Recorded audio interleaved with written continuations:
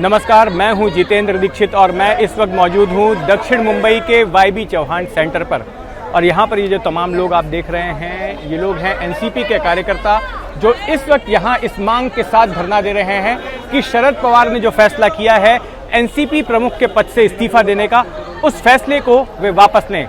मंगलवार की दोपहर इसी वाई.बी. चौहान सेंटर पर अपनी आत्मकथा के लोकार्पण के वक्त शरद पवार ने अपने इस्तीफे का ऐलान किया था और उसके बाद महाराष्ट्र की सियासत में एक तरह से भूचाल सा आ गया।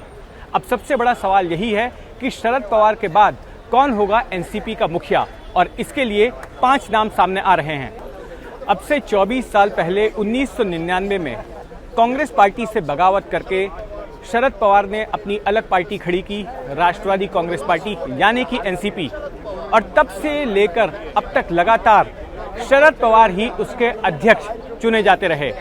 लेकिन अब शरद पवार ने बड़ा फैसला लिया है और पार्टी के अध्यक्ष पद से इस्तीफा देने का उन्होंने ऐलान किया। इस्तीफे की घोषणा के साथ ही पार्टी के वरिष्ठ नेताओं की एक कमेटी बनाने की भी उन्होंने बात की, जो कि ये तय करेगी कि एनसीपी का अगला अध्यक्ष कौन होगा। हालांकि उनके इस्तीफे के बाद एनसीपी में एक तरह का भूचाल आ गया है और पार्टी के कई वरिष्ठ नेताओं ने और कार्यकर्ताओं ने शरद पवार से निवेदन किया है कि वे अपना फैसला वापस ले लें और एनसीपी के अध्यक्ष पद पर बने रहें। उन पर भावनात्मक दबाव डालने की कोशिश की जा रही है और एनसीपी के कई नेताओं ने अपने पदों से इस्तीफे भी दे दिए हैं। शरद पवार के भतीजे और एनसीपी नेता अजीत पवार ने कार्यकर्ताओं को शांत करने के लिए ये कहा कि शरद पवार अपने फैसले पर पुनर्विचार के लिए 2-3 दिनों का समय चाहते हैं और हो सकता है कि इन 2-3 दिनों में वो कोई और फैसला ले लें।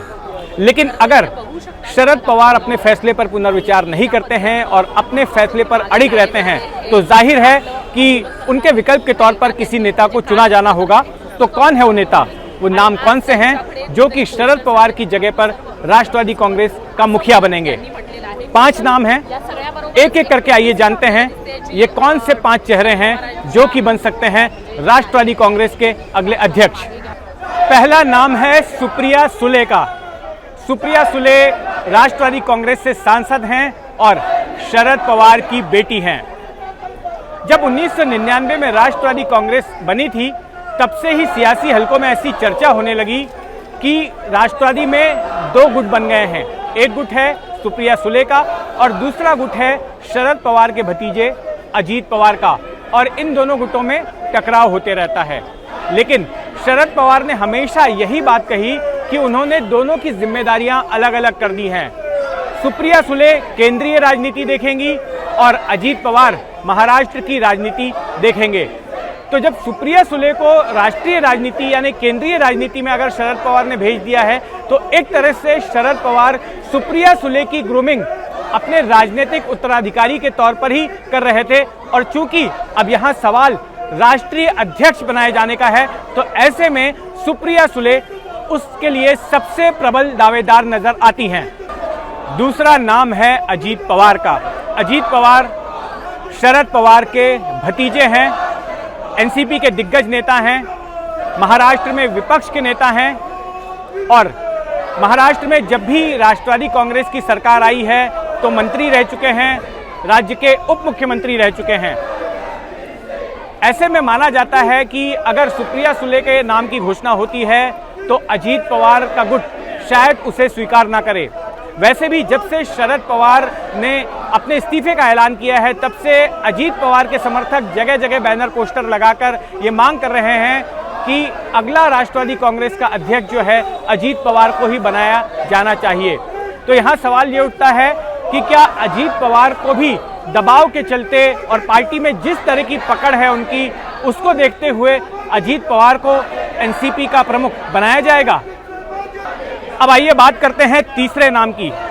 मान लीजिए कि शरद पवार अगर किसी तरह का टकराव नहीं चाहते हैं, अगर वो नहीं चाहते हैं कि सुप्रिया सुले के बनाए जाने से अजीत पवार का खेमा नाराज हो जाए या अजीत पवार के अध्यक्ष बनाए जाने से सुप्रिया सुले का खेमा नाराज हो जाए, तो ऐसे में ये भी हो सकता है कि वो कोई पवार खानदान के बाहर के नाम को तय करें, कोई अलग ही नाम किया जाए अध्यक्ष पद के लिए। और ऐसे में वो नाम कौन सा हो सकता है?